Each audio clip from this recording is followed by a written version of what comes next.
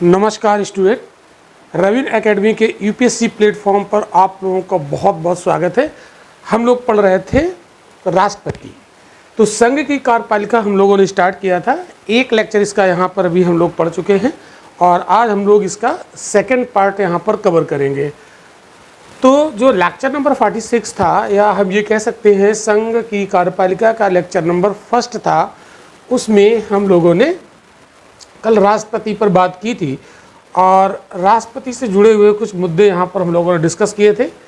राष्ट्रपति के बारे में जो प्रावधान है हमारे कॉन्स्टिट्यूशन में भी है और कुछ पार्लियामेंट ने उनसे रिलेटेड कुछ एक्ट भी बनाए हैं, तो उसमें भी इसका कुछ प्रोविज़न है। तो सबसे पहले हम लोगों ने बात की थी हमारे कॉन्स्टिट्यूशन में प्रावधान कहाँ पर किया गया है। तो उसके लिए हमने आपको बताया था आर्टिकल 52 से इसकी शुरुआत होती है और ये बात हम लोगों ने डिस्कस की थी। तो आज के सेशन में हम लोग बात करेंगे निर्वाचन जो राष्ट्रपति का होता है उसका जो इलेक्टोरल कॉलेज है और इलेक्टोरल कॉलेज में कौन कौन लोग आते हैं, ये बात हमने आपको बताई थी।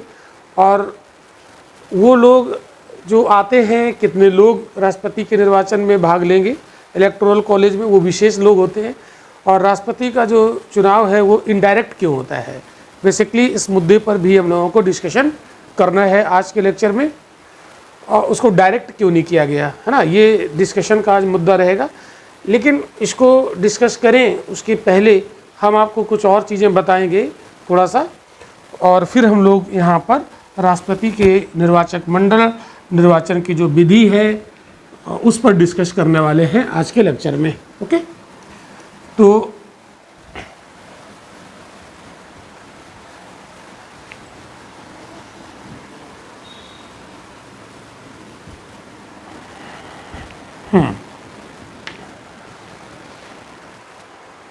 तो सबसे पहले हम लोग बात करें कि राष्ट्रपति के चुनाव के लिए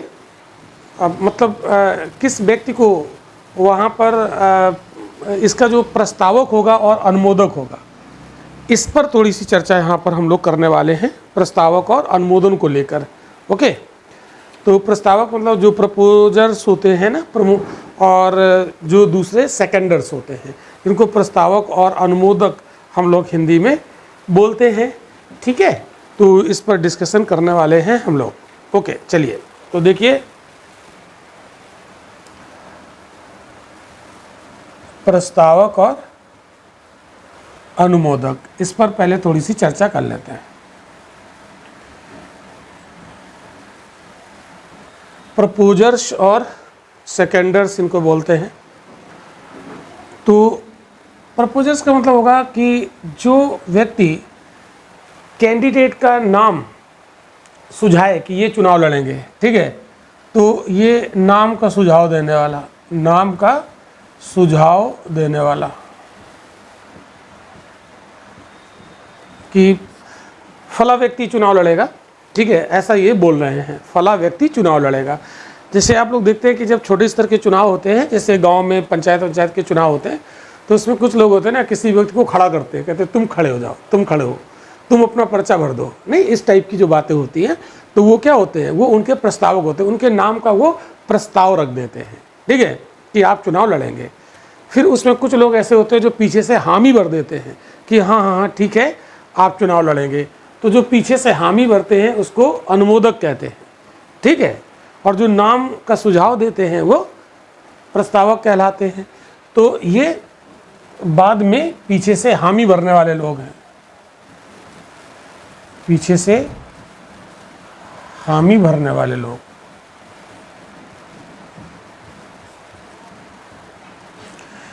देखिए, यहाँ पर हमारा लेक्चर पढ़ाने का उद्देश्य ये है कि आप किसी कॉन्सेप्ट को एकदम पक्का कर लें, सॉलिड कर लें। तो यार जल्दबाजी में हम लोग नहीं पढ़ेंगे कि जल्दी जल्दी इसमें हम पढ़ाएं और आगे भागें। हम लोग उपस्थित ही हुए हैं इस रविन एकेडमी के यूपीएससी प्लेटफॉर्म पर, जहाँ की प्रमुख विशेषता है कि हम जब तक कॉन्सेप्ट क्लियर नहीं कर लेंगे तब तक आगे नहीं बढ़ेंगे। कॉन्सेप्ट क्लियर हो जाएंगे तो मेरे अंदर कॉन्फिडेंस आएगा, और जब कॉन्फिडेंस आएगा तो हमारा एग्ज़ाम आसानी से क्रैक हो जाएगा, क्योंकि जो एग्ज़ाम जिसकी हम तैयारी कर रहे हैं वो कॉन्फिडेंस का गेम है। और दूसरा, जब आपको ज्ञान होगा तो आपकी पर्सनालिटी भी बोलेगी, पर्सनालिटी भी अच्छी रहेगी, है ना, और इंटरव्यू में आप फेस भी कर पाओगे चीज़ों को अच्छे से। ठीक है, तो इसके लिए एक एक्ट है प्रेसिडेंट इलेक्शन एक्ट 1952, समझना ध्यान से। प्रेसिडेंट इलेक्शन एक्ट 1952, राष्ट्रपति चुनाव अधिनियम 1952, ये पार्लियामेंट के द्वारा बनाया गया। हमने कहा कि राष्ट्रपति का जो प्रावधान है वो हमारे कॉन्स्टिट्यूशन में है, लेकिन समय समय पर पार्लियामेंट ने भी कोई कानून भी बनाए हैं इससे जुड़े हुए, तो ये राइट पार्लियामेंट को भी है। ठीक है, तो ये जो अधिनियम है प्रेसिडेंट इलेक्शन एक्ट 1952, इसमें टाइम टू टाइम कुछ अमेंडमेंट भी किए गए। तो 1974, 77, 97, ठीक है, तो 1974, 77, 97, ठीक है, इसमें कुछ अमेंडमेंट भी किए गए हैं। एक मिनट, ये जरा माइक हमारा जो है फंस रहा है, इसको सही कर लूँ जरा। ओके, चलिए, तो इसमें क्या किए गए संशोधन।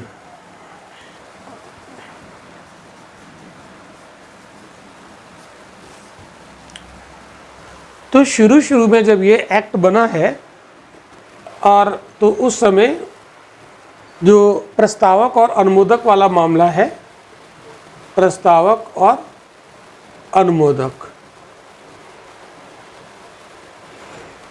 ये दो होते थे, दो होते थे कहने। और ये प्रस्तावक और अनुमोदक कहाँ से आते थे? ये वही लोग होते थे जो राष्ट्रपति के निर्वाचक मंडल के सदस्य होते थे।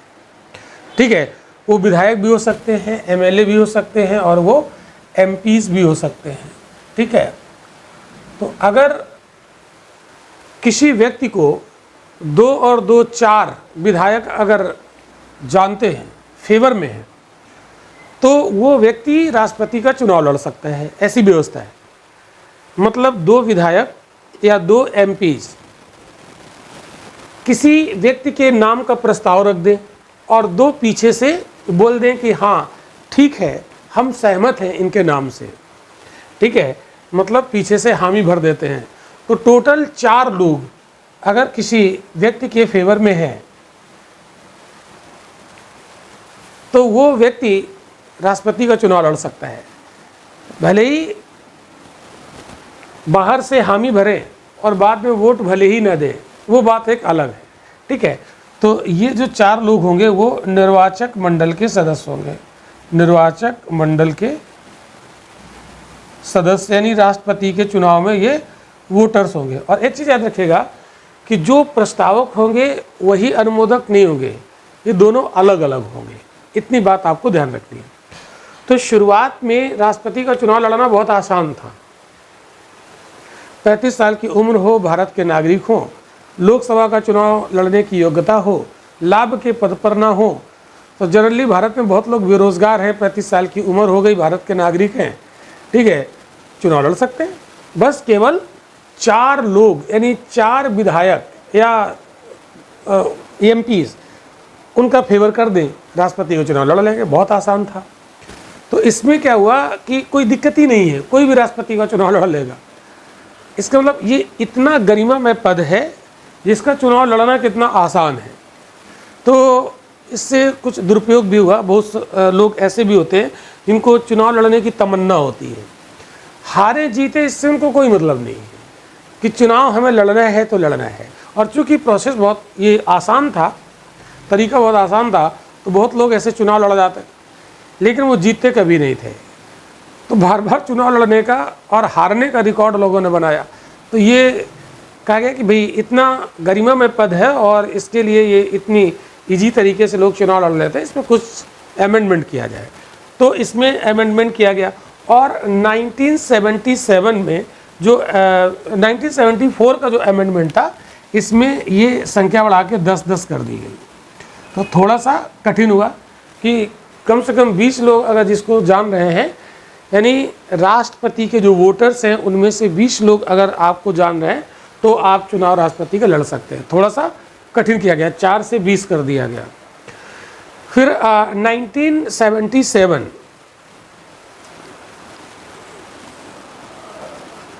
ये ऐसे चलता रहा। फिर 1997 में इसको 50-50 कर दिया गया। तो अब थोड़ा कठिन हुआ, यानी टोटल जो वोटर्स हैं उनमें से 100 वोटर्स अगर किसी व्यक्ति के नाम का प्रस्ताव और अनुमोदन कर देते हैं, यानी 50-50, तो वो चुनाव लड़ेगा।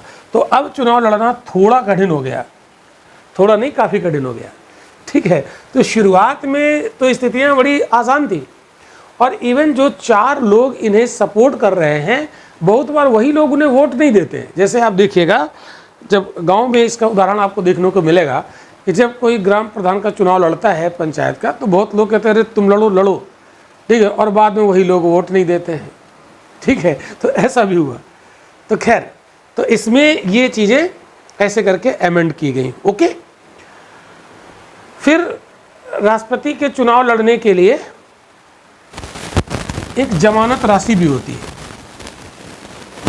कि कुछ पैसा वैसा आपको यहाँ पर रखना पड़ेगा, तभी आप राष्ट्रपति का चुनाव लड़ेंगे, ठीक है। कुछ पैसे वैसे रखने पड़ते हैं, तो जिसको हम लोग कहते हैं जमानत राशि। क्या बोलते हैं? जमानत राशि।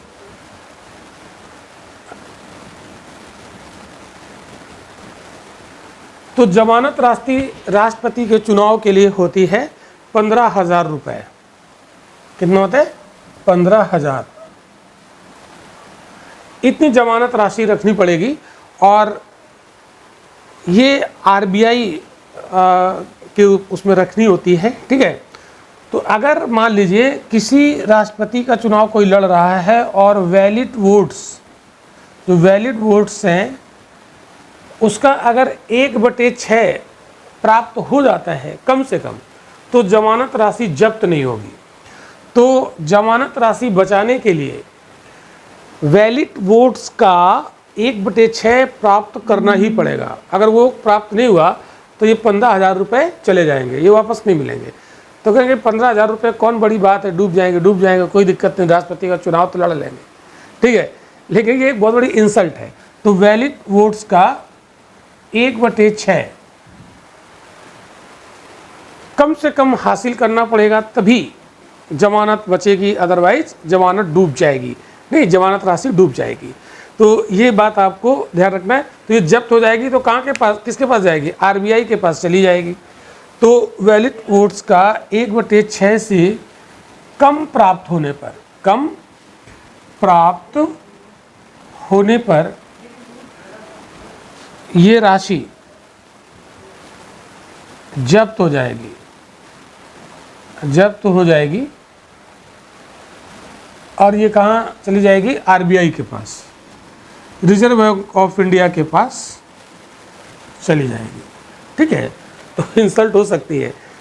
तो जिसको इतने नहीं मिले तो उसको चुनाव लड़ने का हक ही नहीं था एक्चुअल में, ठीक है। तो ये बात हो गई इसमें, ठीक। अब हम लोग बात करते हैं जो वोटर्स हैं राष्ट्रपति के चुनाव में, उन पर हम लोग थोड़ा सा डिस्कशन करते हैं डिटेल में। तो वोटर्स मतलब निर्वाचक मंडल। कल हल्का सा हिंट हमने यहाँ पर आपको किया था, और आज थोड़ा सा इसमें हम लोग डिटेल में बात करने वाले हैं, ठीक है। तो निर्वाचक मंडल यानी आर्टिकल 54, ये राष्ट्रपति के निर्वाचक मंडल को इसमें बताया गया है। तो अगर हम इंडियन कॉन्स्टिट्यूशन का आर्टिकल 54 देखें तो उसमें निर्वाचक मंडल के बारे में डिटेल में बताया गया है। तो निर्वाचक मंडल के बारे में जो हमने आपको बताया था उसको थोड़ा सा हम आपको रिपीट कर देते हैं यहाँ पर। तो इसमें कौन कौन होता है? इसमें होता है जो इलेक्टेड एमपीज होते हैं, इलेक्टेड एमपीज, ठीक है, मतलब मेंबर ऑफ पार्लियामेंट। और कैसे? इलेक्टेड, ठीक। और मतलब एमपीज तो लोकसभा से भी हो सकते हैं और राज्यसभा से भी हो सकते हैं, दोनों जगह से। एक चीज़ याद रखिएगा, जैसे हम लोग जनरली लोकसभा को निम्न सदन कहते हैं और राज्यसभा को उच्च सदन कहते हैं, ऐसा हमारे संविधान में कहीं उल्लेख नहीं है, ये हम बस बोलते रहते हैं, ठीक है, एक परंपरा बन गई है तो इसको बोलते रहते हैं, यहाँ कोई निम्न और उच्च नहीं है। हाँ, ये ज़रूर है, राज्यसभा हमारा परमानेंट हाउस होता है और ये अस्थायी होता है लोकसभा, ठीक, हर 5 साल में वो डिसॉल्व होता है लोकसभा। तो लोकसभा का भी वो मेंबर हो सकता है और राज्यसभा का भी हो सकता है, लेकिन इलेक्टेड होना चाहिए।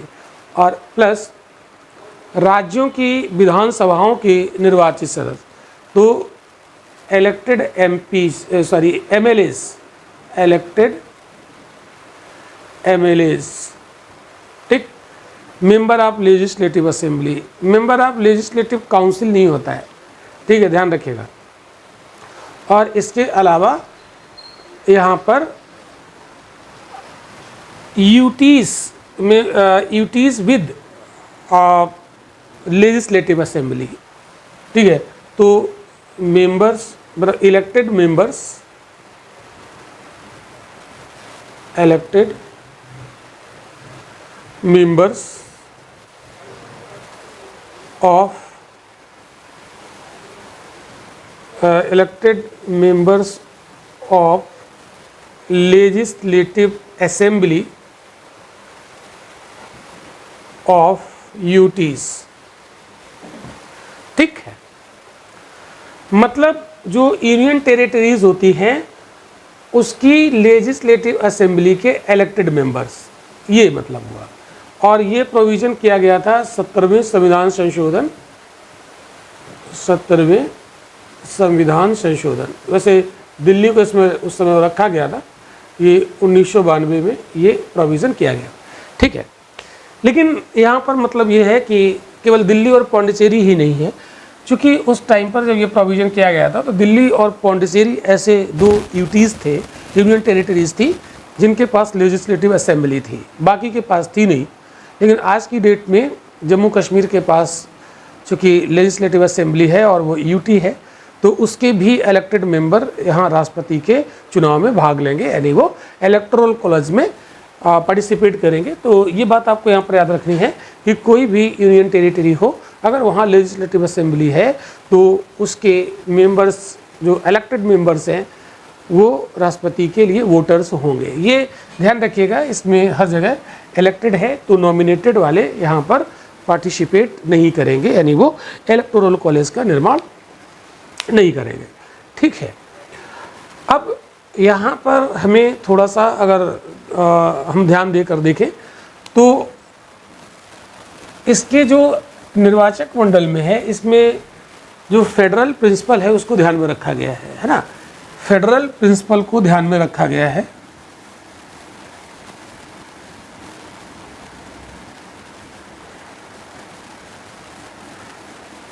फेडरल प्रिंसिपल का मतलब क्या होता है कि जहाँ पर बंटवारा हो, तो राष्ट्रपति के निर्वाचक मंडल में भी ये संघीय जो सिद्धांत है, जो संघात्मक सिद्धांत से संघीय ढांचा, जिसको हम लोग कह सकते हैं संघीय ढांचा, फेडरल स्ट्रक्चर का जो प्रिंसिपल है उसको ध्यान में रखा गया। फेडरल स्ट्रक्चर का मतलब हुआ कि जहाँ पर केंद्र और राज्य दोनों इन्वॉल्व हों। तो राष्ट्रपति के चुनाव में देखिए, ये केंद्र के जो लोग हैं वो भी चुनाव में भाग लेते हैं और ये राज्यों के भी यहाँ पर चुनाव में भाग लेते हैं, ठीक है। तो इसलिए यहाँ पर फेडरल प्रिंसिपल को ध्यान में रखा गया है, राज्यों को भी वैल्यू दी गई, ठीक है। तो यहाँ पर अगर हम लोग केंद्र की बात करें तो जो संसद है उसके जो दोनों सदन हैं, राज्यसभा और लोकसभा। तो इस समय राज्यसभा में अगर हम लोग बात करें तो यहाँ पर 250 मेंबर्स का जो प्रोविज़न है, सैंक्शन है सीटें, तो यहाँ पर कितनी 250। अब इस 250 में 238 और 238 और 12, तो 12 ये कैसे होंगे, नॉमिनेटेड मेंबर हो गए, नॉमिनेटेड, तो ये तो फिर चुनाव में भाग नहीं लेंगे, नॉमिनेटेड ये चुनाव में भाग नहीं लेंगे, ठीक है। और 238 में 5 और कम कर दीजिए, -5, तो ये बचे 233। ये अब 5 क्यों कम किए? क्योंकि यहाँ पर 5 कम ही हैं, इसका मतलब है राज्यसभा में 5 सीटें अभी अलॉटेड नहीं है। तो 250, तो मैक्सिमम 250 हो सकते हैं, लेकिन इस समय 245 हैं। तो 233 यहाँ से ये वाले इलेक्टेड मेंबर हैं, ये वाले कैसे हैं? 238 इलेक्टेड हैं, हो सकते हैं मैक्सिमम, लेकिन 5 कम हैं, तो इसलिए 233 का इलेक्शन होता है राज्यसभा में। तो ये इलेक्टेड मेंबर है, तो राज्यसभा से 233 जो एमपीज़ हैं वो राष्ट्रपति के चुनाव में पार्टिसिपेट करेंगे। ठीक है।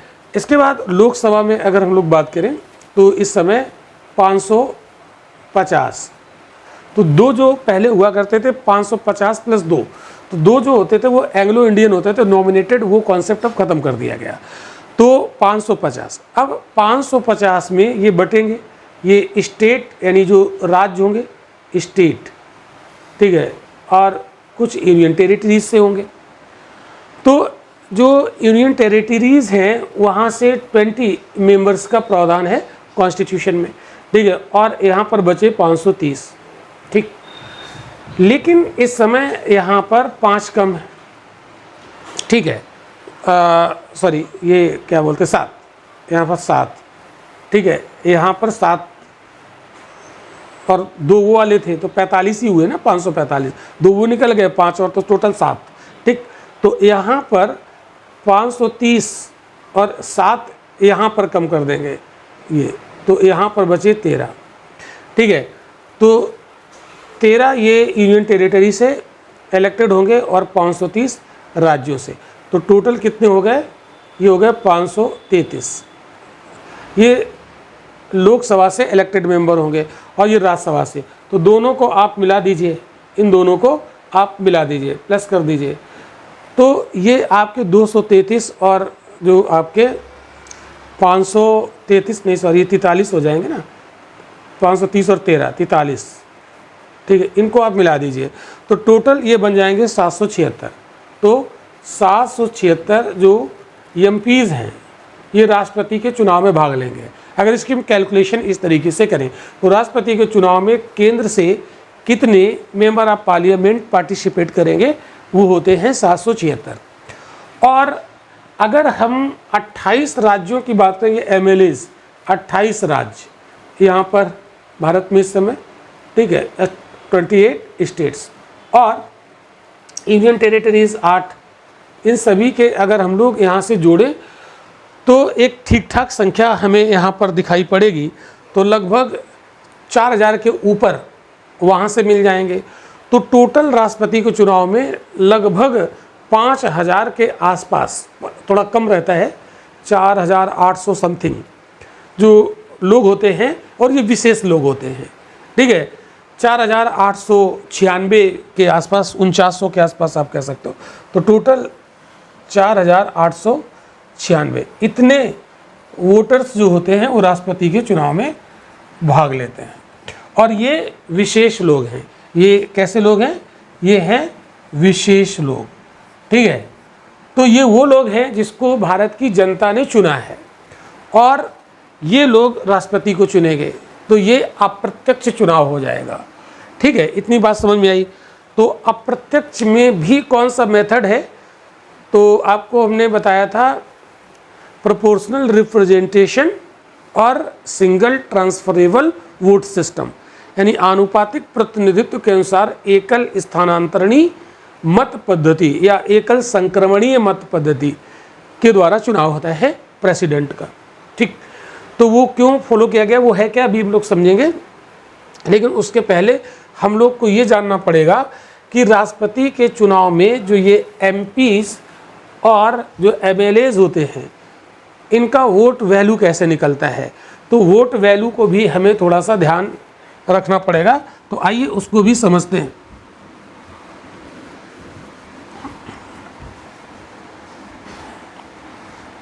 इतनी बात आपको समझ में आ गई सभी को?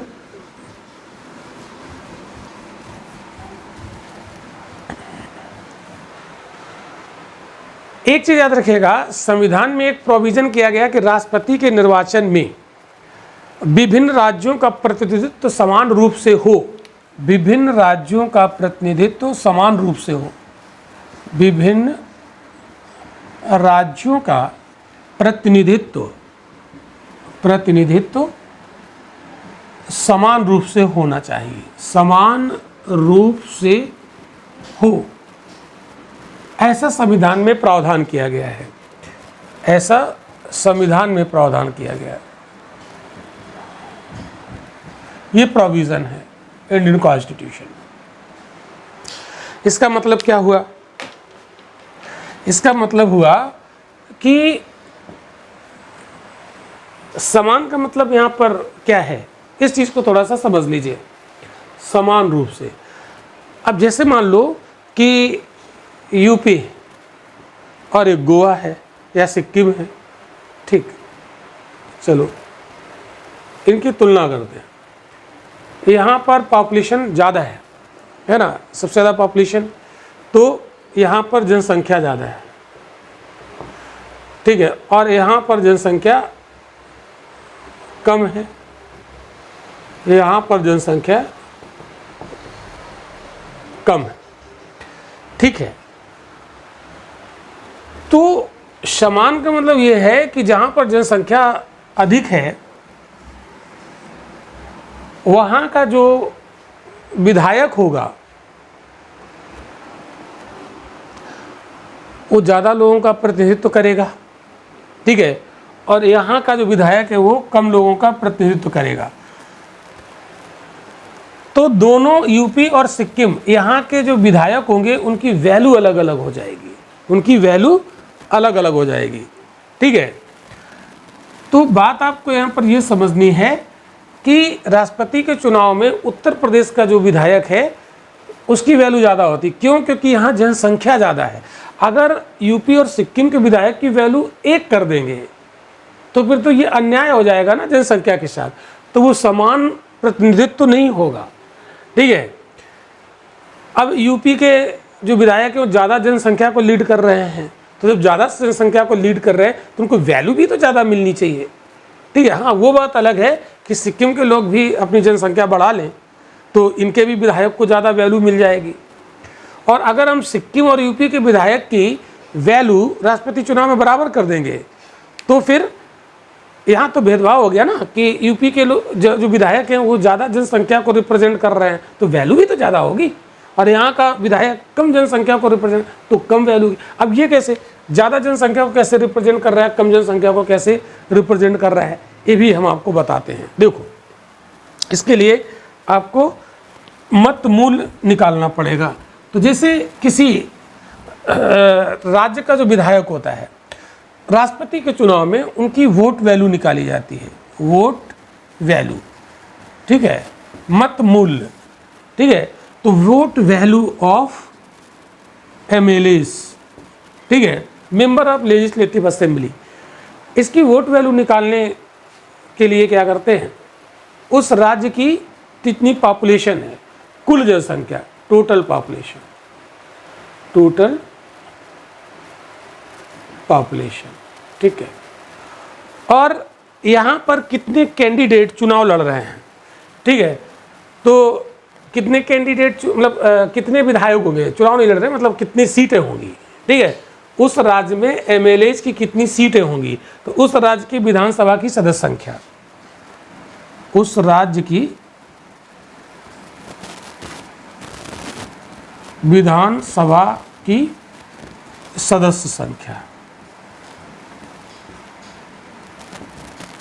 ठीक, इससे वैल्यू निकालते हैं। अच्छा, ये चूंकि थोड़ी सी मतलब ये बड़ा संख्या थोड़ी बड़ी आ जाती है। जैसे मान लो यूपी है तो यहाँ पॉपुलेशन ज़्यादा है, और अगर पॉपुलेशन ज़्यादा है तो यहाँ के विधायक का, एमएलए का वोट वैल्यू भी ज़्यादा आ जाएगा ना, ठीक है। तो ये चूँकि ज़्यादा वैल्यू आएगी तो इसका थोड़ा छोटा करने के लिए इसका 1000 से भाग दे देते हैं, तो थोड़ा सा काउंटिंग में थोड़ा सा आसान हो जाएगा, ठीक है। तो ये एक फार्मूला बना दिया कि हर एक राज्य के विधायक की अगर वोट वैल्यू निकालेंगे तो सभी में 1000 से भाग दे देंगे, थोड़ी संख्या छोटी हो जाएगी तो थोड़ा सा इजी हो जाएगा, बस इसलिए ये 1000 का भाग दिया जाता है।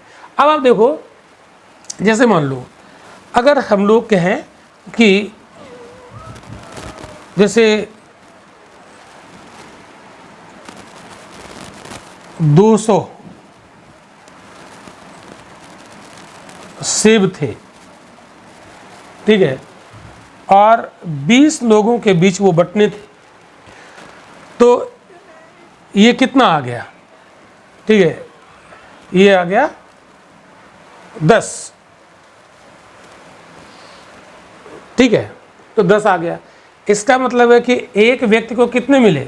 10, ठीक है। तो एक व्यक्ति पर 10 ये हिस्सेदारी बनी।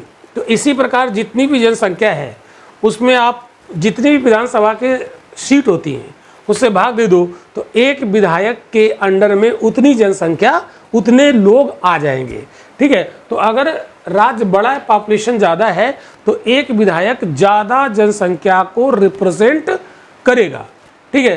तो राष्ट्रपति के चुनाव में उस विधायक की वैल्यू ज़्यादा होगी जिस राज्य की जनसंख्या ज़्यादा होगी। तो इसीलिए यूपी में जो विधायक होता है, एमएलए होता है, राष्ट्रपति के चुनाव में उसकी वोट वैल्यू उतनी ज़्यादा होती है। इसीलिए ज़्यादातर देखते हैं कि राष्ट्रपति के चुनाव में उत्तर प्रदेश पर निगाहें टिकी रहती हैं, वहीं से डिसीजन हो जाता है, ठीक। तो ज़्यादा जनसंख्या ज़्यादा वोट वैल्यू, कम जनसंख्या कम वोट वैल्यू। इसी को कहते हैं समान, मतलब इसी को कहते हैं राज्यों का प्रतिनिधित्व समान। तो ये जनसंख्या के आधार पर निकाला जाता है। अब ये जनसंख्या किस साल की ली जाएगी? तो 1971 का जो सेंसस है उसके आधार पर जनसंख्या ये यहाँ पर रखी जाती है, और ये फिक्स कर दिया गया 2026 तक यही रहेगा, 2026 तक यही रहेगा। तो यहाँ पर वोट वैल्यू निकालने के लिए राष्ट्रपति के चुनाव में ये जो पॉपुलेशन यहाँ पर ली जाती है, ये 1971 की जो जनगणना है वो पॉपुलेशन यहाँ पर रखी जाती है, और 2026 तक रहेगी। तो 2026 तक यहाँ पर जिन्होंने जितनी भी जनसंख्या बढ़ाई होगी उसका अभी तक कोई उसे फल नहीं मिलेगा। लेकिन 2026 के बाद ये चेंज होगा, अगली जनगणना के आधार पर इसको किया जाएगा। तो जो राज्य इधर जनसंख्या बढ़ा लेंगे वो उधर राष्ट्रपति के चुनाव में ज़्यादा वैल्यू हासिल कर लेंगे। खैर कोई बात नहीं है, ये राज्यों की शिकायत भी होती है। जैसे साउथ के जो राज्य होते हैं या जिनकी जनसंख्या कम है, तो वो कहते हैं हमने फैमिली प्लानिंग भी किया और राष्ट्रपति के चुनाव में हमारी वैल्यू भी कम हो गई, ठीक है। तो कहते तुम भी बढ़ाओ जनसंख्या, क्या करना है। खैर कोई बात नहीं। तो ये वोट वैल्यू निकलती है एक एमएलए की इस तरीके से। तो ये फार्मूला भी एग्ज़ाम में पूछ लिया जाता है प्रीलिम में, तो इसको थोड़ा सा आप ध्यान रखिएगा। अब हम लोग एमपीज की वोट वैल्यू, इसका मतलब ये है कि देखो उत्तर प्रदेश की विधायक की वोट वैल्यू ज़्यादा है, ठीक। तो जब एक विधायक राष्ट्रपति के चुनाव में वोट देगा, एक विधायक, ठीक है, वोट देगा, तो वो वोट एक नहीं होगा, वैसे तो एक वोट है बट उसकी वैल्यू ज़्यादा है, इसकी वैल्यू ज़्यादा है। क्यों? क्योंकि वैल्यू इसकी क्या है? अधिक। क्यों? क्योंकि इस विधायक के द्वारा दिए गए वोट में इस विधायक का अकेले वोट नहीं है, इसने जितनी जनसंख्या को रिप्रेजेंट किया है वो उन लोगों का भी वोट उसमें शामिल है। क्यों? क्योंकि ये जनता के वोट को, जनता का जो वोट है वो है इस विधायक के पास, ठीक है, और फिर ये वोट ट्रांसफ़र करेगा राष्ट्रपति के चुनाव में, राष्ट्रपति को, ठीक है। तो जनता का वोट इसके पास और इसका वो, और ये यहाँ पहुँचा देगा। यही तो है इनडायरेक्ट चुनाव, ठीक है, इनडायरेक्ट इलेक्शन, ठीक। तो वोट वैल्यू इसकी ज़्यादा रहती है उत्तर प्रदेश में क्योंकि पॉपुलेशन ज़्यादा है। तो बार बार मैं चीज़ों को यहाँ पर आपको बता चुका हूँ ताकि आपके दिमाग में बैठे। अब हम लोग जब एमपीज का वोट वैल्यू निकालना है, एमपीज का वोट वैल्यू राष्ट्रपति के चुनाव में वोट वैल्यू, तो इसका भी कोई फार्मूला होता होगा। बिल्कुल इसका फार्मूला है। तो इसमें कुल विधायकों का मत मूल्य यहाँ पर निकाला, कुल विधायकों का मत मूल्य, कुल विधायकों का मत मूल्य, वोट वैल्यू, मत मूल्य कैसे? मतलब उत्तर प्रदेश के विधायक कितने हैं उनका वोट वैल्यू निकाल लिया, फिर बिहार वालों का निकाल लिया, झारखंड वालों का, सबको जोड़ दिया, यानी 28 राज्य हैं और जो लेजिस्लेटिव असेंबली यूनियन टेरिटरी के हैं उनके सबको आप वोट वैल्यू को जोड़ दीजिए, ठीक है।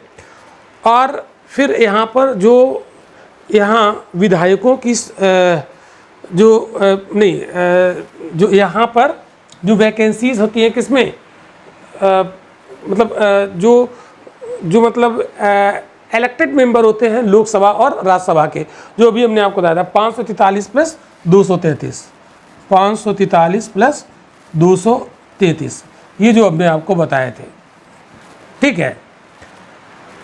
तो इनको मिला दीजिए, ठीक है, मतलब ये कितने थे, 776 नहीं, तो कितने थे ये 776, ये तो इनसे भाग दे दीजिए। तो कैसे निकलता है, कुल विधायकों का मत मूल और लोकसभा राज्यसभा के जो इलेक्टेड मेंबर्स हैं उनसे आप इसको डिवाइड कर दीजिए, तो एमपीज का वोट वैल्यू निकल आता है, ठीक है, एमपीज का वोट वैल्यू निकल आता है।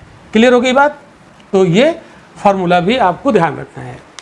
अब यहाँ पर एक चीज़ और है, जैसे आपको कल हमने एक आर्टिकल 71 बताया था। आर्टिकल 71 जो है, ये राष्ट्रपति के चुनाव में अगर कोई डिस्प्यूट होता है, किसी प्रकार का विवाद पैदा होता है, ठीक है, तो उस विवाद को कैसे सॉल्व किया जाएगा, तो उस डिस्प्यूट को यहाँ पर बताया गया है। जैसे मान लो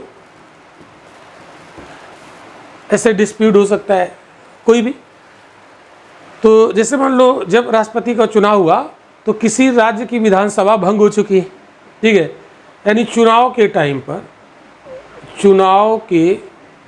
पर किसी राज्य की विधानसभा भंग थी, किसी राज्य की विधानसभा भंग थी, तो उस राज्य के जो लोग हैं या जो उस राज्य से जो वोटर्स होंगे राष्ट्रपति के चुनाव में, वो कहेंगे हमने तो वोट किया ही नहीं, तो फिर वो राष्ट्रपति कैसे चुन लिया गया, हमने तो किया ही नहीं वोट। तो ये एक डिस्प्यूट हो सकता है। तो ऐसे डिस्प्यूट को सॉल्व करने के लिए ये आर्टिकल 71 में बातें कही गई हैं हमारे इंडियन कॉन्स्टिट्यूशन में। और अगर राष्ट्रपति के चुनाव से संबंधित कोई भी विवाद है तो वो सुप्रीम कोर्ट उसे देखेगा, ठीक है। तो किसी भी डिस्प्यूट को कौन देखेगा, सुप्रीम कोर्ट देखेगा, ठीक है। यानी ये सुप्रीम कोर्ट का ओरिजिनल ज्यूरिसडिक्शन है। ओरिजिनल ज्यूरिसडिक्शन को बोलते हैं मूल क्षेत्राधिकार। इसका मतलब ये हुआ कि राष्ट्रपति के इलेक्शन से जुड़े हुए कोई भी डिस्प्यूट्स हैं तो उन्हें केवल और केवल सुप्रीम कोर्ट ही सॉल्व करेगी, सुप्रीम कोर्ट ही देखेंगे, कोई हाई कोर्ट में ये मामला नहीं जाएगा। तो ये भी इम्पोर्टेंट बात है, इसको आप इम्पोर्टेंट टिक कर लीजिएगा।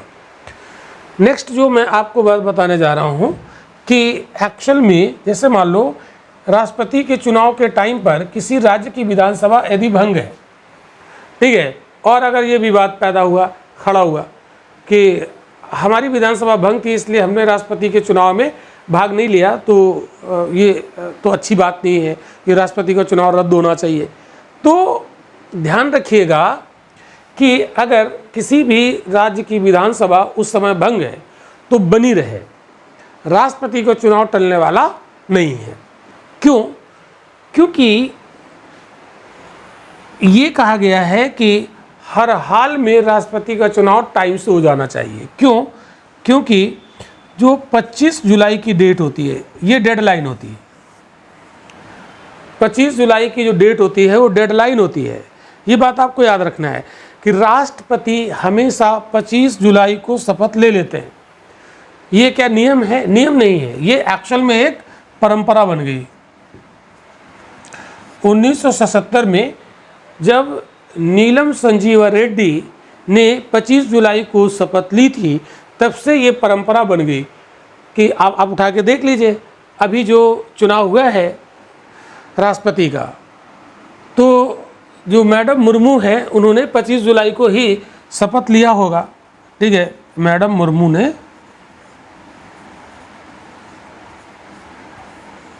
25 जुलाई को ही शपथ लिया होगा। ये एक परंपरा है। तो हर हाल में अगर मान लीजिए किसी राज्य की विधानसभा भंग है और वो राज्य ये कहे कि जब हमारे यहाँ विधानसभा बन जाए तब राष्ट्रपति को चुनाव कराइएगा, तो ऐसा संभव नहीं है। क्यों? क्योंकि हर हाल में 25 जुलाई को शपथ लेनी पड़ेगी। तो कुछ भी हो जाए, आंधी तूफान कुछ भी आ जाए, राष्ट्रपति का चुनाव नहीं टलेगा। ये बात आपको ध्यान रखनी है। तो ऐसा क्वेश्चन पूछ दिया जाता है, स्टेटमेंट दे देगा यूपीएससी की, कंसीडर द फॉलोइंग स्टेटमेंट, निम्न कथनों पर विचार कीजिए। राष्ट्रपति के चुनाव से संबंधित निम्न कथनों पर विचार कीजिए। कथन नंबर 1, राष्ट्रपति के चुनाव के समय यदि किसी राज्य की विधानसभा भंग थी तो राष्ट्रपति का चुनाव नहीं होगा। ये स्टेटमेंट दे दिया, जो कि रॉन्ग है, जो कि गलत है। तो ये बात आपको ध्यान रखनी है, ठीक है। तो इस टाइप के जो डिस्प्यूट हैं वो आर्टिकल 71 में, उसमें इंडियन कॉन्स्टिट्यूशन में डिटेल में बातें बताई गई हैं, और अगर उसे हम ध्यान से पढ़ लें तो सारी बातें हमें वहाँ पर मिल जाएंगी, ठीक है। तो निर्वाचक मंडल के अधूरा होने पर राष्ट्रपति का चुनाव नहीं टलेगा, आर्टिकल 71 में ये बात लिखी है। तो ये पॉइंट आप लोग नोट कर लीजिएगा। आर्टिकल 71 में प्रावधान किया गया है कि राष्ट्रपति का इलेक्टोरल कॉलेज यदि इनकम्प्लीट है तो भी राष्ट्रपति का चुनाव नहीं टलेगा, ठीक है। ये बात आपको ध्यान रखनी है, ओके। अब यहाँ पर हम लोग बात करते हैं राष्ट्रपति के चुनाव को इनडायरेक्ट क्यों रखा गया, ठीक है। तो राष्ट्रपति का चुनाव इनडायरेक्ट क्यों? चुनाव अप्रत्यक्ष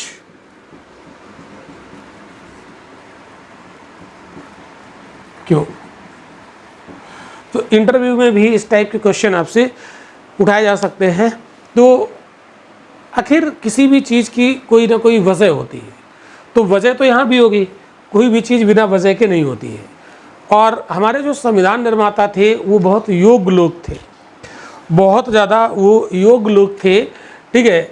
इसलिए अगर उन्होंने इनडायरेक्ट चुनाव की बात यहाँ पर की है राष्ट्रपति के लिए, तो कोई ना कोई उसमें बात ज़रूर रही होगी, ठीक है। तो जैसा कि हमने आपको प्रीवियस लेक्चर में बताया था कि भारत में ज़्यादातर इलेक्शन डायरेक्ट होते हैं, जैसे लोकसभा का इलेक्शन, ठीक है, और लेजिस्लेटिव असेंबली का इलेक्शन, ठीक है, जो पंचायतें होती हैं इनका इलेक्शन, नगर निगम इनके सदस्यों का, पंचायतों के सदस्यों का, ये सब चुनाव कैसे होते हैं? ये होते हैं डायरेक्ट, ठीक है। और जो डायरेक्ट चुनाव होता है वो first past of the post method से होता है, ठीक है। कौन सी विधि अपनाई जाती है? First past of the post. ये आप लाइन याद करेंगे, first past of the post विधि। तो जो डायरेक्ट चुनाव होता है वो first past of the post method से होता है। इसका मतलब होता है अग्रता ही विजेता होता है, अग्रता ही विजेता होता है।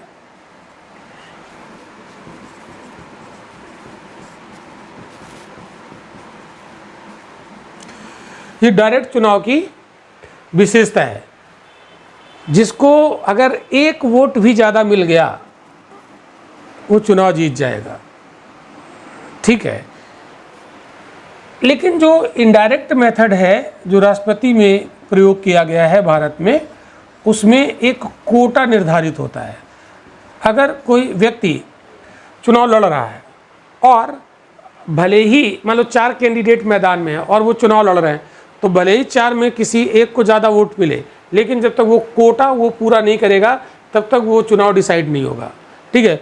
और यहाँ पर कोटा जैसी कोई चीज़ नहीं होती है। कोटा मतलब मिनिमम वोट प्राप्त करना चाहिए, तभी वो चुनाव विजयी घोषित किया जाएगा, ठीक है, मतलब वो निर्णय होगा। और यहाँ पर first past of the post method में क्या होता है, ये डायरेक्ट इलेक्शन में इसी को प्रयोग किया जाता है। तो अग्रता ही विजेता, मतलब एक वोट भी अगर हमें ज़्यादा मिल गया तो आगे तो है ही, तो जीत गए। अब इसमें एक समस्या क्या है, इसमें समस्या क्या है, इसको समझना है। फॉर एग्जाम्पल, एक हम आपको यहाँ पर उदाहरण से समझाना चाहते हैं, ठीक है। जैसे मान लो कि कोई विधानसभा है, उसका चुनाव होना है, और वहाँ पर एक हाइपोथेटिकल एग्जाम्पल लेते हैं, ठीक है। एक मान लो कोई विधानसभा है भारत में जिसका चुनाव होना है, विधानसभा का चुनाव डायरेक्ट होता है। तो इस उदाहरण से हम आपको इसकी जो खामी है डायरेक्ट इलेक्शन की, उसको मैं समझाना चाह रहा हूँ आपको। तो अगर कोई विधानसभा है, मान लीजिए वहाँ पर 1 लाख वोटर्स, कितने हैं, 1 लाख मतदाता हैं, 1 लाख मतदाता हैं, ठीक है। टोटल वहाँ पर 1 लाख लोग ऐसे हैं जो अपने क्षेत्र के प्रतिनिधि अर्थात विधायक को चुनने के लिए रेडी है, तैयार हैं। और मान लीजिए उस विधानसभा में 10 लोग खड़े हुए, चुनाव है ना, विभिन्न पार्टी के अपना अपना उन्होंने कैंडिडेट उतार दिया। तो यहाँ पर जो कैंडिडेट हैं वो मान लीजिए 10 हैं मैदान में कैंडिडेट्स, ये हैं 10, ठीक।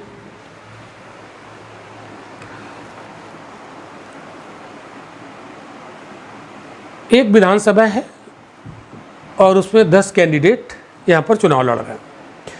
अब इसमें मान लीजिए कि जो 1 लाख वोटर्स हैं, ये सभी तो वोट नहीं देने जाएंगे ना। भारत में आप देखते हो कि बहुत लोग वोट नहीं देने जाते हैं। तो जब कोई चुनाव होता है तो उसमें न्यूज़पेपर में खबर छपती है कि यहाँ 60% मतदान हुआ, यहाँ 70% तो बहुत ज़्यादा है।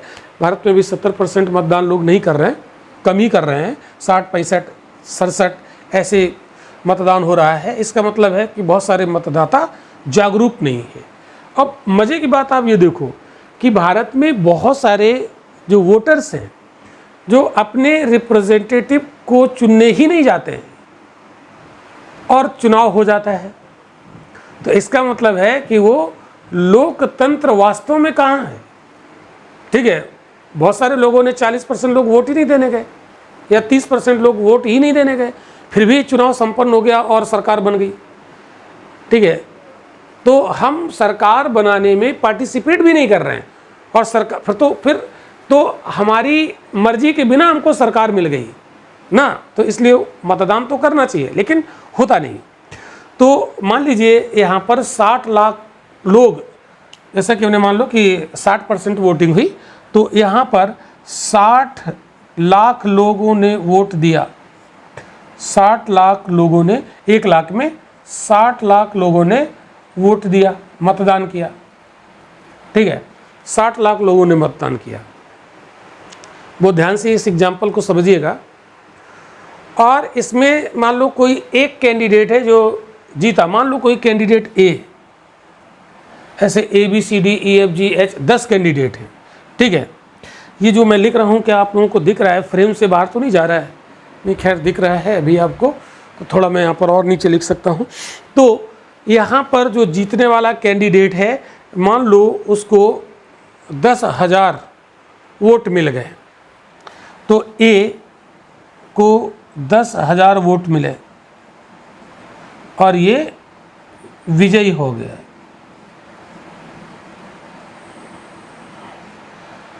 तो 10 कैंडिडेट थे, कैंडिडेट ए को 10,000 वोट मिल गए और ये जीत गया। तो इसका मतलब जो बचे हुए शेष 9 थे, शेष 9 कैंडिडेट, तो उसमें 60,000 में तो 50,000 ये ले गया, बचे कितने? 40,000, और 40,000 9 में बट गए, ठीक है। तो किसी को 10,000 तो मिले नहीं होंगे, बहुत कम वोट मिले होंगे ना। तो इसमें मतलब यहाँ पर ये है कि अब ध्यान से समझना कि जो विजेता कैंडिडेट है, इसमें 10,000 लोगों ने इसको लाइक किया है। ध्यान से समझना, विजेता कैंडिडेट को 10,000 लोगों ने लाइक किया, और 40,000 जो वोट देने नहीं गए थे, तो उन्होंने तो ना लाइक किया ना डिसलाइक किया, क्योंकि वो तो वोट देने ही नहीं गए। और इसका मतलब है कि टोटल 1 लाख मतदाता थे, 10,000 लोगों ने इसको लाइक किया, 90,000 लोगों की तो ये पसंद है ही नहीं, 90,000 लोगों की पसंद ही नहीं है।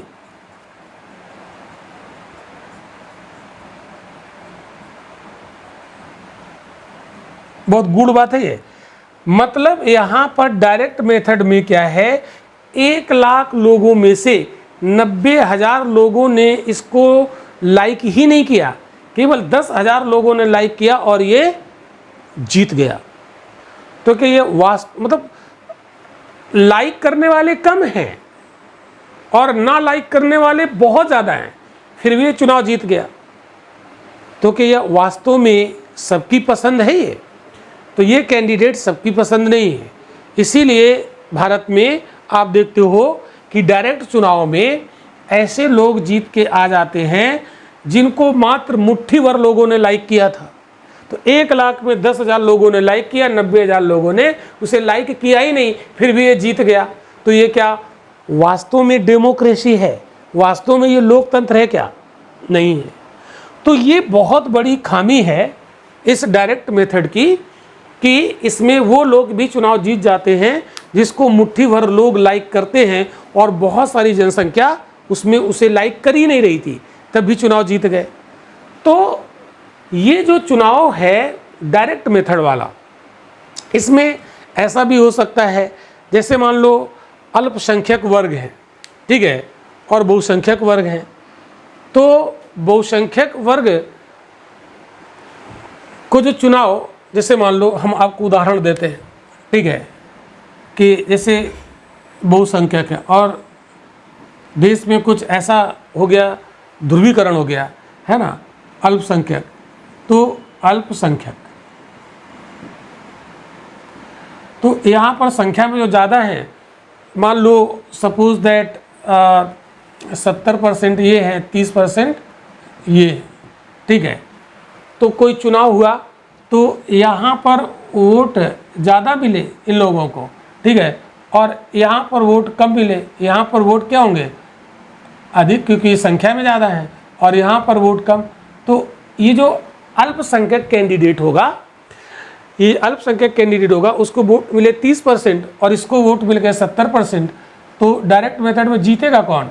जिसको वोट मिले 70% और जिसको 30% वोट मिले वो हार गया। और जब हार गया तो हारे हुए को 30% वोट मिले, इसके बावजूद भी उसकी वैल्यू बिल्कुल नहीं है, और जो जीत गया उसको 70% वोट, उसको पूरी वैल्यू मिल रही है। तो आप देखो ना कि जैसे भारत में डायरेक्ट चुनाव होते हैं, कुछ लोग 2 vote, 10 vote, 50 vote, 100 vote, 1000 vote से हार जाते हैं। तो हारने वाले जीतने वाले के बीच में बहुत बार अंतर बहुत ज़्यादा नहीं होता है, ठीक है। ऐसा आपको एग्जांपल देते हैं, जैसे ए कैंडिडेट बी कैंडिडेट है ना, इसको मिले वोट मान लो 10,000, ठीक है, और इसको वोट मिले 9,999, ठीक है, 1 वोट कम है, लेकिन ये जीत गया क्योंकि first past of the post. तो जिसको 1 वोट भी ज़्यादा मिला वो अग्रणी है, अग्रता ही विजेता, तो विजयी घोषित ये हुआ और ये हार चुका है। लेकिन अंतर कितना है? सिर्फ 1 वोट का अंतर है। तो क्या ये विधायक बन पाएगा? बी नहीं बन पाएगा। तो 1 वोट का अंतर है, तो ये विधायक बन गया, ये विधायक नहीं बना, तो ये हार गया। इसकी वैल्यू 0, इसकी वैल्यू क्या हो गई? 0 हो गई, ठीक है। जबकि ऐसा हो कि जितना जिसको जितने % वोट मिले उतना % उसको पावर मिलनी चाहिए, ठीक है। तो डायरेक्ट मेथड में क्या होता है, यहाँ पर जो हारे हुए लोग होते हैं उनको भी लोगों ने लाइक किया है, और जो जीते हुए लोग हैं उनको भी लाइक किया, बस 1 आध 2 लोगों ने ज़्यादा लाइक कर दिया। तो हारे हुए लोग की, जो लोग लाइक कर रहे हैं हारे हुए को, उसकी वैल्यू 0 हो गई, वो जीता ही नहीं, 0 हो गई।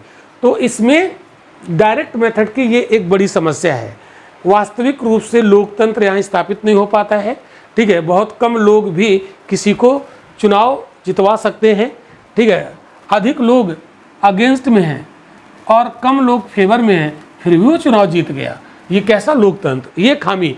तो ऐसा छोटे चुनाव में तो हो सकता है, लेकिन जो पूरे देश का प्रतिनिधित्व कर रहा हो, पूरे देश को रिप्रेजेंट करे राष्ट्रपति, वहाँ पर इस टाइप का रिस्क नहीं लिया जा सकता है। इसलिए इनडायरेक्ट मेथड को अपनाया गया। डायरेक्ट मेथड की ये कमियां हैं, इसलिए उसे नहीं अपनाया गया। एक कारण तो ये होगा। तो कारण नंबर 1 क्लियर हुआ कि राष्ट्रपति का चुनाव डायरेक्ट ना करवा के इनडायरेक्ट क्यों करवाया गया। तो पहला रीजन ये है, ठीक है, क्योंकि देश का जो प्रतिनिधित्व करने जा रहा है पूरे देश का, तो उसमें सही मायने में लोकतंत्र दिखना चाहिए, ठीक है। अब दूसरा कारण क्या है? दूसरा कारण आप देखो कि जब राष्ट्रपति का चुनाव हो रहा है और कोई कैंडिडेट मैदान में खड़ा हुआ, उतरा, ठीक है, कैंडिडेट मैदान में उतरा पूरे भारत का, और पूरा भारत इसको वोट करेगा क्योंकि पूरे भारत का ये प्रतिनिधि होगा, तो पूरा भारत इस कैंडिडेट को क्या करेगा? वोट करेगा। अगर डायरेक्ट चुनाव होता तो भारत का हर 18 साल का जो नागरिक होता, 18 वर्ष का जो वोटर्स है, वो वोट देता। ध्यान से समझना।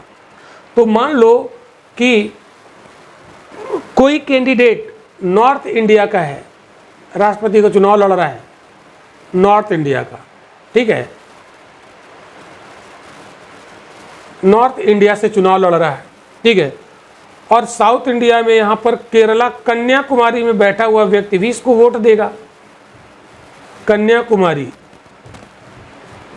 मान लो कश्मीर का कोई व्यक्ति है जो राष्ट्रपति का चुनाव लड़ रहा है और उसको वोट देने वाला कन्याकुमारी का भी व्यक्ति होगा। अब कन्याकुमारी का जो व्यक्ति होगा वो कश्मीर वाला जो चुनाव लड़ रहा है राष्ट्रपति का, उसको ये तो जानता ही नहीं होगा क्योंकि इतनी दूरी है, ये तो इसे कभी देखा नहीं, कभी जानता नहीं। आज तो खैर सोशल मीडिया आ गई तो सोशल मीडिया से हम जान जाते हैं, लेकिन जब ये चुनाव, जिस समय संविधान हमारा बना था, लागू हुआ 26 जनवरी 1950 को लागू हुआ, उस समय जब राष्ट्रपति का चुनाव होगा तो संविधान निर्माताओं के दिमाग में ये थी कि अगर नॉर्थ इंडिया का कोई कैंडिडेट चुनाव लड़ रहा है तो साउथ इंडिया के लोग तो इसे जानते भी नहीं, कभी देखा नहीं, चेहरा नहीं देखा, वो वोट कैसे इसको देंगे? ये तो बेईमानी है। जिसको हम जानते नहीं उसको वोट कैसे दे दें? ठीक है। तो इतना बड़ा भारत, एक कोने का कैंडिडेट दूसरे कोने की जनता उसको कैसे चुनेगी? ये एक बड़ा प्रश्न था, ठीक है। तो इसलिए कहा कि भाई इसको डायरेक्ट नहीं करना है, इनडायरेक्ट करो, ठीक है, क्लियर। तो इन्होंने अपना विधायक चुन लिया, एमपी चुन लिया, और वो इसको जान रहा है और वो इसको चुन लेगा, ठीक है, क्लियर हुई बात? ओके। दूसरा, अगर तो एक जानने की समस्या थी। दूसरी बात, इसमें खर्च भी बहुत ज़्यादा होगा, ये खर्च भी बहुत ज़्यादा होगा। एक चीज़ याद रखिएगा, भारत के राष्ट्रपति का जो चुनाव होता है वो ईवीएम से नहीं होता है, ध्यान रखिएगा। ये ईवीएम से चुनाव थोड़ी ना होता है कि गए बटन दबा दी और बस वोट पड़ गया। राष्ट्रपति का चुनाव ईवीएम से नहीं होता है। राष्ट्रपति का चुनाव मतपत्र यानी बैलेट पेपर से होता है, और इस पूरे भारत में बैलेट पेपर पहुंचाने होते कितना ज़्यादा खर्चा होता, एक चुनाव कराने में बहुत ज़्यादा खर्च होता है। तो भारत उस समय स्थिति वैसे भी खराब थी, तो चुनाव के खर्च से भी बचना था, वर्डन भी कम करना था। एक कारण ये भी था कि डायरेक्ट चुनाव राष्ट्रपति का नहीं करवाया गया। ध्यान दीजिएगा, खर्च से बचने के लिए भी राष्ट्रपति के चुनाव को इनडायरेक्ट कराया गया। फिर अगला रीजन देखो, समझो, अगला रीजन समझो जो कि बहुत इंपॉर्टेंट है। अगला कारण आपको यहाँ पर मैं समझाता हूँ जो बहुत इंपॉर्टेंट है। वो ये है कि भारत में संसदीय शासन प्रणाली को फॉलो किया गया है, पार्लियामेंट्री सिस्टम, संसदीय शासन प्रणाली। और संसदीय शासन प्रणाली का फीचर हमने आपको प्रीवियस लेक्चर में आपको बताया था। यदि वो लेक्चर किसी ने नहीं देखा है तो जाइए चैनल पर और आप उसे देखिए, ठीक है। या हमारे रविन एकेडमी के एप्लीकेशन पे भी ये उपलब्ध होगा, ठीक है। तो अगर आपको हमारे लेक्चर देखने हैं तो आप रवीन एकेडमी के एप्लीकेशन को डाउनलोड कर लीजिए, ठीक है, वहाँ से भी आपको ये मिल जाएगा। ओके, तो हम यहाँ पर बात कर रहे हैं कि संसदीय शासन प्रणाली भारत में है और इसमें सत्ता के दो पिलर होते हैं, सत्ता के दो पिलर, दो स्तंभ, ठीक है, जिसमें एक होता है जो स्टेट हेड होता है, एक होता है स्टेट हेड और एक होता है गवर्नमेंट हेड, गवर्नमेंट हेड, ठीक है। और जो स्टेट होता है, स्टेट हेड होता है, वो नाम मात्र का प्रमुख होता है, वो नाम मात्र का प्रमुख, ठीक है। और ये रियल में हेड होता है, ये रियल में हेड होता है, ठीक है। तो जो ये होता है स्टेट हेड, ये राष्ट्रपति, ठीक है, और ये होते हैं प्रधानमंत्री, ठीक, ध्यान से समझना, ठीक। तो ये सिर्फ नाम मात्र के होते हैं, कहने के लिए होते हैं, यानी ये सिर्फ देश को रिप्रेजेंट करते हैं सिंबॉलिक रूप से, ठीक है। इनके पास कहने के लिए पावर होती है, संविधान में तो लिखा है कि संघ की समस्त कार्यपालक शक्तियां राष्ट्रपति में निहित है, बट इन शक्तियों का प्रयोग बिना प्रधानमंत्री की सलाह से कर ही नहीं सकते। और आर्टिकल 74 में स्पष्ट तौर पर लिखा गया है हमारे इंडियन कॉन्स्टिट्यूशन में कि प्रेसिडेंट मंत्रिपरिषद की सलाह से कार्य करेंगे और ये सलाह मानने के लिए बाध्य हैं। ज़्यादा से ज़्यादा एक बार पुनर्विचार करने के लिए ये वापस भेज सकते हैं, और जब मंत्रिपरिषद ने पुनर्विचार करने के बाद इनको फिर सलाह दी तो फिर राष्ट्रपति को मंत्रिपरिषद की सलाह माननी पड़ेगी, अर्थात प्रधानमंत्री की सलाह माननी पड़ेगी, ठीक है। तो ये एक सिंबॉलिक राष्ट्रपति हमें चाहिए था। तो भारत में ऐसा पावरफुल राष्ट्रपति हमें नहीं चाहिए था जो कि प्रधानमंत्री और राष्ट्रपति के बीच में लड़ाई शुरू हो जाए, तो हमें इसे कमज़ोर बनाना था। और याद रखिएगा कि जिसका चुनाव डायरेक्ट जनता करती है वो कमज़ोर नहीं होता है, वो पावरफुल होता है। तो अगर राष्ट्रपति का चुनाव डायरेक्ट होता, बहुत ध्यान से समझना, अगर राष्ट्रपति का चुनाव डायरेक्ट होता तो ये प्रधानमंत्री से ज़्यादा पावरफुल होता। क्यों? क्योंकि प्रधानमंत्री तो अपॉइंटेड होते हैं ना, ये तो अपॉइंटेड होते हैं, ठीक है। और ये डायरेक्ट निर्वाचित हो जाता तो ये कैसा हो जाता, डायरेक्ट इलेक्टेड हो जाता, निर्वाचित हो जाता, तो फिर ये तो ज़्यादा पावरफुल हो जाते हैं ना, तो यहाँ तो लड़ाई शुरू हो जाती। तो इसलिए हमें सिंबॉलिक राष्ट्रपति चाहिए था जो कि केवल स्टेट हेड के रूप में देश को रिप्रेजेंट करे, ठीक है, और उसे पावर हमें देनी नहीं थी। तो इसलिए राष्ट्रपति का चुनाव डायरेक्ट नहीं कराया गया। क्लियर? तो इतनी बात आपको समझ में आ गई होगी कि राष्ट्रपति का चुनाव डायरेक्ट क्यों नहीं होता है। भारतीय संविधान निर्माता ये बहुत योग्य लोग थे, अंबेडकर जैसे योग्य लोग, वी.एन. राव जैसे योग्य लोग, तो इन्होंने यदि ये व्यवस्था की तो इसका मतलब है इसके पीछे कोई ना कोई रीजन रहा होगा। तो अब यहाँ पर जो डायरेक्ट, जो इनडायरेक्ट चुनाव होता है राष्ट्रपति का, इसमें इनडायरेक्ट चुनाव दो तरीके से हो सकते हैं। एक होता है लिस्ट सिस्टम, एक होता है लिस्ट सिस्टम, ठीक है, सूची प्रणाली, और एक होता है प्रोपोर्शनल रिप्रेजेंटेशन, प्रोपोर्शनल रिप्रेजेंटेशन। तो बहुत सारे देशों में लिस्ट सिस्टम से चुनाव होता है। लिस्ट सिस्टम में क्या होता है, जिसको जितने परसेंट वोट मिलते हैं उसको उतने परसेंट पावर, उतनी ही पावर मिलती है, ठीक है। तो लेकिन यहाँ पर लिस्ट सिस्टम से चुनाव तभी हो सकता है जब वैकेंसी एक से अधिक हो, vacancy more than one, vacancy एक से अधिक हो, एक से अधिक हो, ठीक है। मतलब 2 कैंडिडेट, 4 कैंडिडेट, 10 कैंडिडेट अगर हमें चुनने हो, एक से अधिक हो, मतलब यहाँ पर एक से अधिक हो, है ना। तो राष्ट्रपति तो एक ही होता है ना भारत में, तो राष्ट्रपति तो एक ही होता है, दो तो होते नहीं। तो इसलिए लिस्ट सिस्टम यहाँ काम नहीं करेगी। इनडायरेक्ट चुनाव में एक लिस्ट सिस्टम भी होता है। तो इसलिए भारत में प्रोपोर्शनल रिप्रेजेंटेशन यानी आनुपातिक प्रतिनिधित्व को फॉलो किया गया, आनुपातिक प्रतिनिधित्व को फॉलो किया गया, ठीक है। और आनुपातिक प्रतिनिधित्व में भी एसटीबीएस सिंगल ट्रांसफरेबल वोट सिस्टम, इसका मतलब होता है वो लोग जो इसके वोटर्स हो गए राष्ट्रपति के चुनाव में, वोटर्स वो वोट एक देंगे, है ना, वोट केवल एक ही देंगे, केवल एक देंगे, लेकिन वो कैसा होगा, ट्रांसफरेबल होगा, यानी वो कैसा होगा, ट्रांसफरेबल होगा, ट्रांसफरेबल, इसका मतलब क्या, स्थानांतरणीय होगा। इसका मतलब ये हुआ कि जैसे मान लो कि किसी ने वोट दिया, मान लो 4 कैंडिडेट मैदान में थे राष्ट्रपति चुनाव में, ए बी सी डी, ठीक है, तो हमने पहले वोट दिया ए को वोट दिया, ए को वोट दिया, ठीक है, लेकिन वो हो सकता है हमारा वोट ट्रांसफ़र होकर वी को चला जाए, हो सकता है ट्रांसफ़र होकर सी को चला जाए, हो सकता है ट्रांसफ़र होकर डी को चला जाए। तो वोट हम एक ही देंगे लेकिन वो ट्रांसफ़र हो जाता है, तो इसको कहते हैं सिंगल ट्रांसफरेबल। तो वोट सिंगल है लेकिन ट्रांसफरेबल होता है, वो स्थानांतरित हो जाता है, हस्तांतरित हो जाता है, ठीक है, इसलिए इसको एसटीबीएस कहते हैं। तो ये बात आपको समझ में आई। अब ये कैसे स्थानांतरित होता है इसको हम लोग समझेंगे डिटेल में अगले लेक्चर में, क्योंकि लेक्चर ज़्यादा लंबा हो जाएगा, तो धैर्य से समझिएगा। अगर आपने प्रेसिडेंट को सही से समझ लिया तो फिर आपका बहुत ही अच्छे से कॉन्सेप्ट क्लियर हो जाएगा कॉन्स्टिट्यूशन का।